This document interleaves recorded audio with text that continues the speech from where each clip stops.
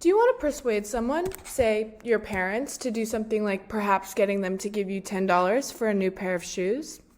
Well, if you do, I suggest listening to these persuasion techniques I learned throughout my social psychology course. I will go over 4 different concepts of persuasion, including the central route to persuasion, the peripheral route to persuasion, reciprocity, and the door-in-the-face technique, and discuss how we can use them to convince your parents to help you buy those new pair of shoes you've been looking at. First, the central route to persuasion is a type of persuasion that employs direct, relevant, logical messages. It rests on the assumption that the audience is motivated, will think carefully about what is presented, and will react on the basis of your arguments.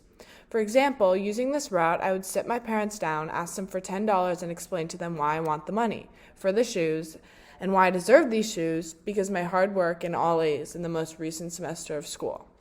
Second, the peripheral route to persuasion is a persuasion technique that relies on psychological techniques and takes advantage of a target's lack of careful thinking about the message. The peripheral route to persuasion may take advantage of one's fixed action patterns, which are behaviors so automatic that it is difficult to control them.